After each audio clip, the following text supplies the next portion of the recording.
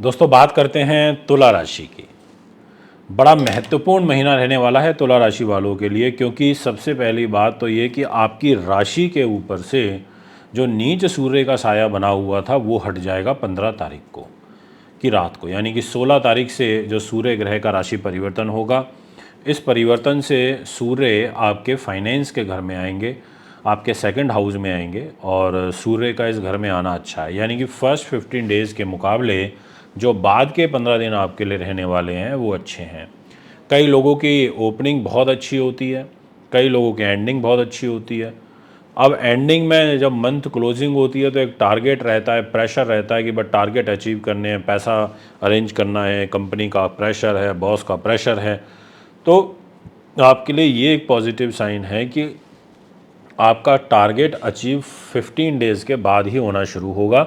उससे पहले का जो ट्रांजिट रहेगा उसमें थोड़ी परेशानी है।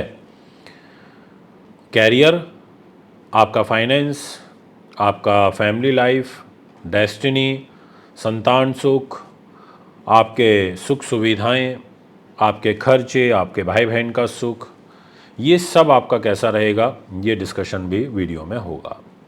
तो आप सभी का हार्दिक स्वागत व अभिनंदन करता हूं हमारे आज के इस विशेष वीडियो में। और अगर आप हमारे YouTube चैनल पर अभी नए हैं, फेसबुक पर नए हैं, तो हमारे को फॉलो अवश्य ज़रूर करें। हमारे 2 फेसबुक पेज हैं, एक है एस्ट्रोलॉजर मानविंदर सिंह रावत और दूसरा है एस्ट्रो वैदिक 24 बाय मानविंदर रावत। इन दोनों से आप जुड़ सकते हैं, यहाँ पर आपको सारे अपडेट्स रेगुलरली मिलते रहेंगे। और आइए शुरुआत करते हैं। देखिए, पहले तो मैं आपको ये बता देता हूँ कि 2 ग्रह, एक तो राजा और दूसरा सेनापति मंगल, ये दोनों केंद्र में, आप देखिए ये फर्स्ट हाउस में सूर्य बैठा है नीच का होके, 7 नंबर जहाँ लिखा है, और जहाँ ये 4 नंबर लिखा है यहाँ नीच का होकर के बैठा हुआ है मंगल। 10th हाउस बोलते हैं इसको, कैरियर का घर है ये। अब ये दोनों घर किससे ऑक्यूपाई हो गए? सूर्य और मंगल से। और तो कोई ग्रह है ही नहीं केंद्र में। ध्यान से देखिए, आप सामने कुंडली आपको दिखाई दे रही है ये तुला राशि की। इट मीन्स कि केंद्र में पाप प्रभाव है, और वो भी 2 नीच ग्रहों का, जिस वजह से आपको चुनौतियां, हर्डल्स फेस करने पड़ते हैं।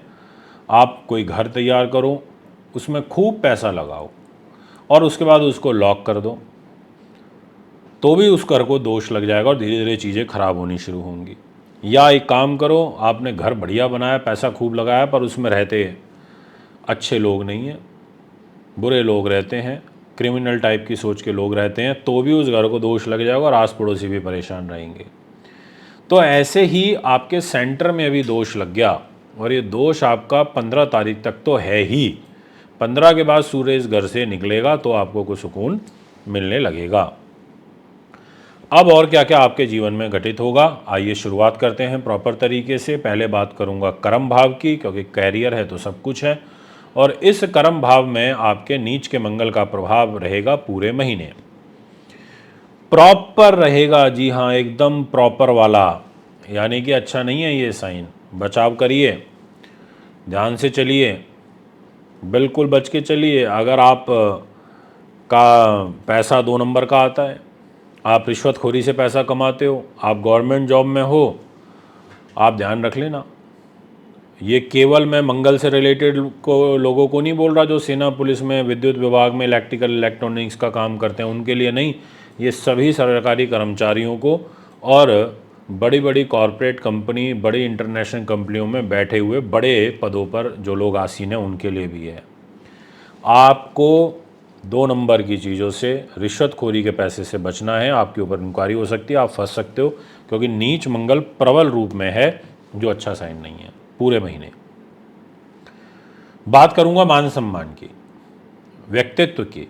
इस घर में फर्स्ट 15 डेज तक सूर्य नीच के हैं, तो ये पहले 15 दिन का ये प्रभाव है कि सूर्य डाउन हो गया, सूर्य नीच अवस्था में आ गया, तो ये दिक्कत देगा। सूर्य का नीच होना अच्छा नहीं होता, ये भी आपको परेशानी, बाधा उत्पन्न करेगा। सूर्य पेट, आँख, हृदय, हड्डियाँ, इन चीज़ों का कारक होता है। इससे रिलेटेड, और विशेष रूप से अगर आप आईएएस हैं, आईपीएस, मंत्री, मिनिस्टर, गवर्नर हैं, आप बहुत बड़े व्यापारी हैं, बिजनेसमैन हैं, आपको ध्यान रखना पड़ेगा, सावधानी के साथ चलना पड़ेगा, अन्यथा आपको प्रॉब्लम फेस करनी ही करनी पड़ेंगी, ऐसा आपकी कुंडली कहती है। हाँ बिल्कुल, 15 तारीख के बाद ये सब चीज़ें आपकी ठीक हो जाएंगी। अगर कोई 2 बातें सुना भी रहा है तो चुपचाप से सुन लो, 15 तारीख के बाद समय बदलेगा। यदि बात करी जाए आपके फाइनेंस की, पैसे की, क्योंकि पैसा तो एक बहुत बड़ा रोल प्ले करता है हमारे जीवन में, और आपके धन की लॉर्डशिप तो मंगल के पास है, तो मैं मंगल के लिए तो फिर वही बात बोलूँगा कि वो तो पॉजिटिव नहीं है। तो क्या कहीं और से कोई उम्मीद है? आपकी राशि का लॉर्ड सपोर्ट नहीं करेगा धन के लिए, बट सपोर्ट कर जाएगा आपको बुध, और सपोर्ट कर जाएगा आपको सूर्य, और सपोर्ट कर जाएगा आपको गुरु।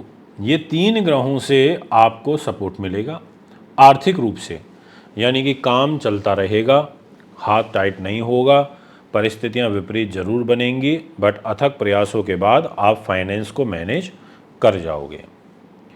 यदि बात करें हेल्थ पॉइंट ऑफ व्यू से, तो देवगुरु बृहस्पति स्वास्थ्य की जिम्मेदारी है। ये देखिए 12 नंबर लिखा है, हेल्थ का घर है, यहाँ का लॉर्ड इधर चला गया 8th हाउस में, और जुपिटर यहाँ पर ऑलरेडी रेट्रोग्रेड होकर के बैठा ही हुआ है इस पूरे महीने।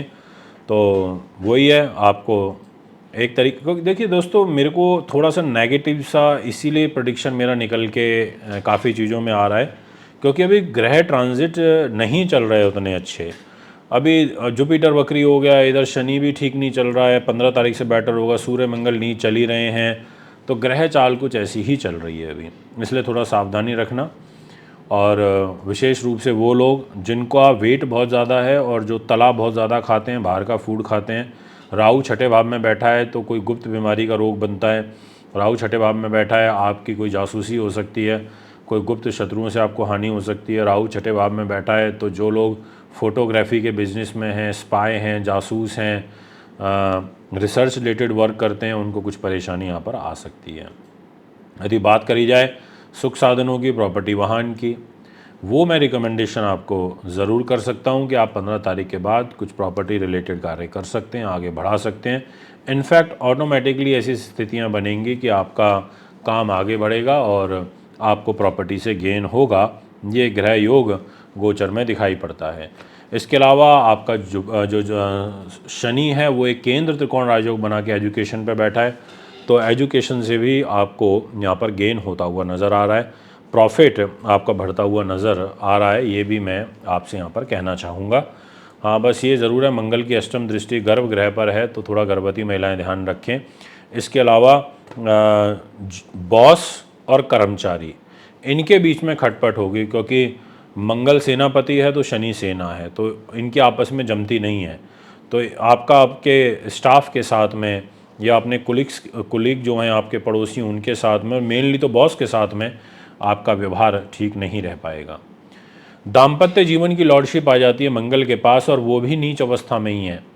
आपका फाइनेंस लेके भी नीचे और आपका दाम्पत्य जीवन, आपका पार्टनर ये लेकर के नीचे है, तो यानी कि मंगल की पूजा यहाँ ज़्यादा अनिवार्य बन जाती है।